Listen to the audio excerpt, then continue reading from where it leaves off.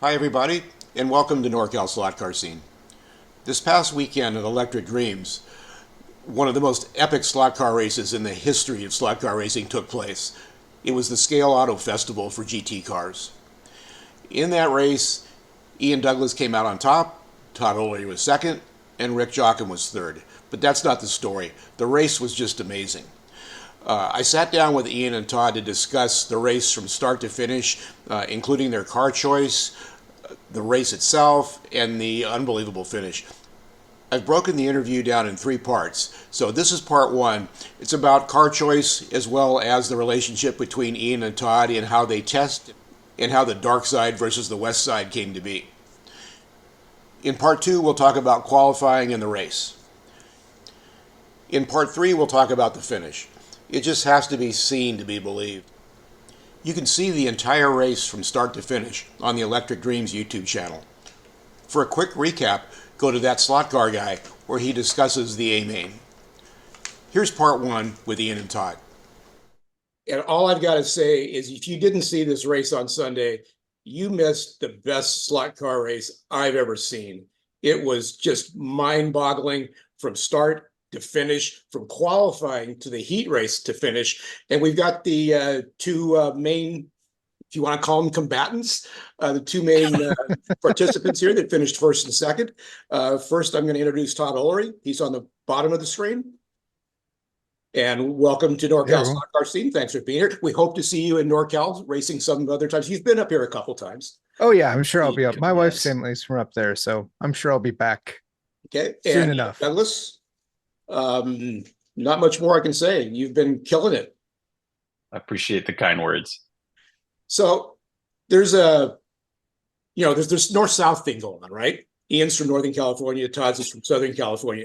But there's also this dark side, west side, or West Boys dark side. Explain a little bit about that. Okay, so I'll explain. Sure. So West Side is I'll let Todd tell you the story of how Dark Side came to be. But I will tell you that West Side is actually the combination of Dark Side and West. So it's instead of being Dark West, I thought it sounded better if it was just West Side. So I just combined the two. But if you notice the logos on Todd's car where it says Dark Side and my West Side, the side is the same font. So it's, two ends, maybe one north, one south of the same spectrum. So it's north and south kind of collaborating a little bit? Absolutely. We've been collaborating actually since this race last year. I know you guys work together on setup and testing and everything else, and obviously it's worked. Todd, so you're the dark side. How did the dark side come about? Yes, I mean, like Ian said, he and I have been collaborating since this race last year. I think Marco kind of pointed in my way. I had figured out at the time kind of the way to true the AS20s, which is the tire that we used for this race last year and this year. And then that just kind of started the two of us kind of just going back and forth with ideas. And I mean, we talk back and forth pretty much most days with slot car related ideas. Well, most of us want you to quit that. So it trickles down. It trickles down. Yeah. Come on now. Everyone benefits. Well, there was a rumor today on the Worldwide Slot Car Chat that the Electric Dreams is going to move, and we're not telling you where the new location is. I may have heard that. Yeah. They said the same thing about Rick. They were going to move on him, and they stayed in the same spot. You guys obviously make a good sort of, if we're going to call it a team, but you work well together and you've pushed the envelope of what these cars can do. And it's really pretty amazing. So congratulations to both of you on that. Thanks. When we get to the race, now you're collaborating and you're testing and working together, but you chose different cars. Ian, you chose the Spiker. Yes, that is correct. And Todd, what did you run? I ran the Viper. I built three cars. Well, ended up being four for this race. I built three. I built the Spiker, I built the Viper, and I built one of the new Callaways. And once I figured out the Viper was going to be kind of the car, I built a B chassis for that, which is what Herman ended up racing. In driving it, The shorter wheelbase definitely helped with the high amount of grip that we had. So the tires really factored into, I think, more of the car choice than people realize in this one, because we're dealing with a tire that we may not have otherwise chosen for this track. It's got probably more grip than we would traditionally go with. Yeah. I think Ian and I's setup tends to be more go with a lower grip tire and try to get that grip back mechanically elsewhere. Um, and so with that shorter tire or shorter wheelbase, the car just tracked so much better around the turns. Both the Spiker and the Callaway just felt like they always had to get that rear end a little bit around, and especially on the tight turns on the black lane, and really on the red lane as well. So, I mean, if I were to put it in a simple term, it's the sweet spot for the Viper was just very, very wide. And both the Spiker and the Callaway just felt a little bit narrower. To me, Ian drove my car. I think he felt the same way. yeah, Ian, you mentioned to me that you thought that your car was obviously very fast, but it was a little tough to drive. So did you choose it because it was better for you in terms of lap times than the Viper, or what's the thought process there? And what makes your car so fast? Oh, well, it's all the plutonium that I put into it. I told him there were Anyways, magnets that you had so hidden that Marco never found, but that's another story. oh no, we took the magnets out after the Group C nationals. Last year, Cedric ran the Spiker, and we were all kind of like, "Oh man, that car is really good." And then we actually compared it to a Viper, and it's actually longer. It's almost as wide, and the body is like shrink wrapped. I mean, I have it here. It's like the body is like shrink wrapped around the chassis, So when you say and longer, it's did super you mean the low. guide lead? Do you Yeah, mean the guide to axle. Yeah, yeah. guide to rear axle is really long. And the third component that I think a lot of people overlooked is that this body, this one right here that I'm holding, is 11 and a half grams.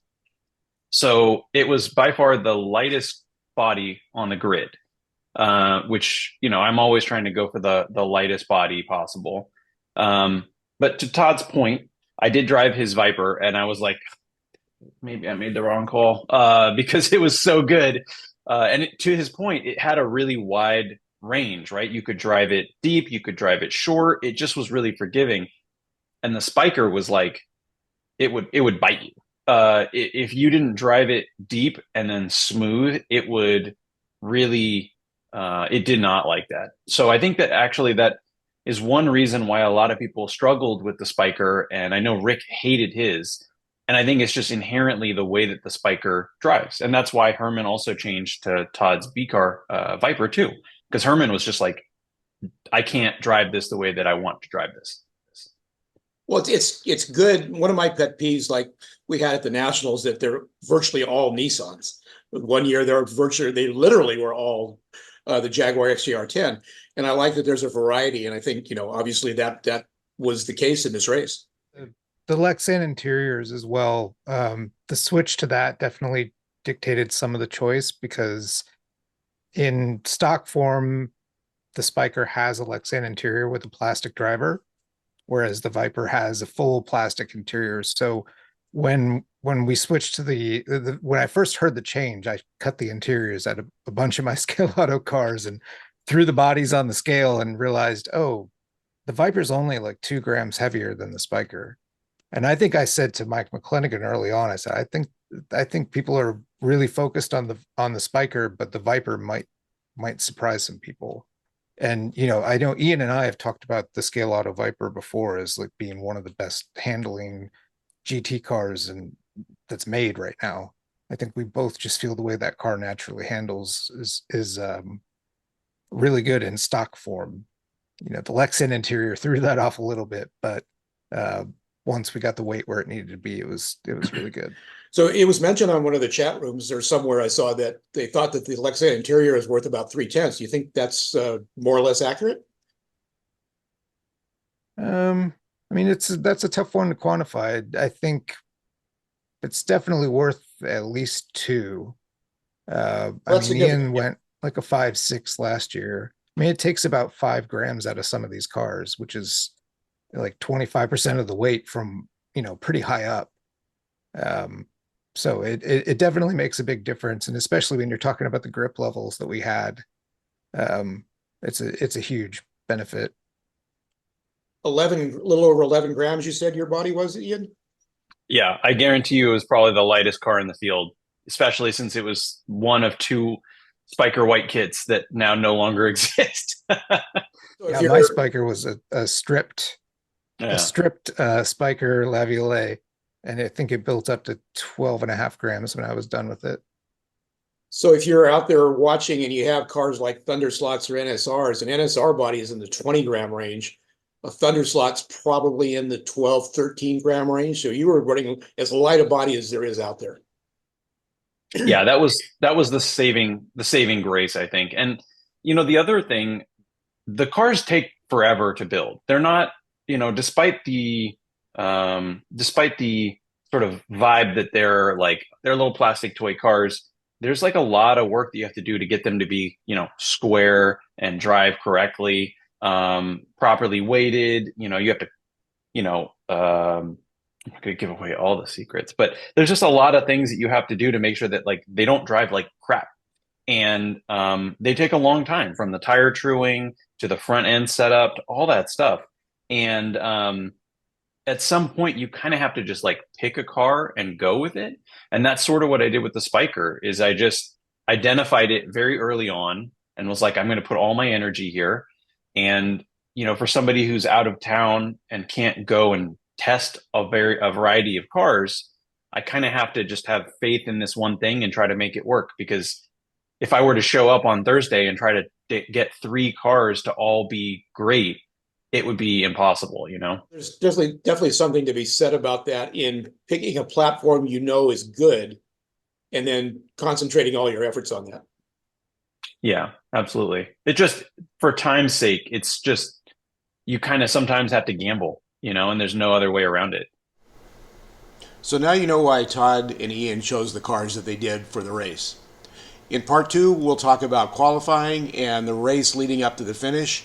And then in part three, we'll talk about the epic finish. Thanks for watching. This is Jim Rose with NorCal Slot Car Scene, and I hope you tune in for the rest of the series.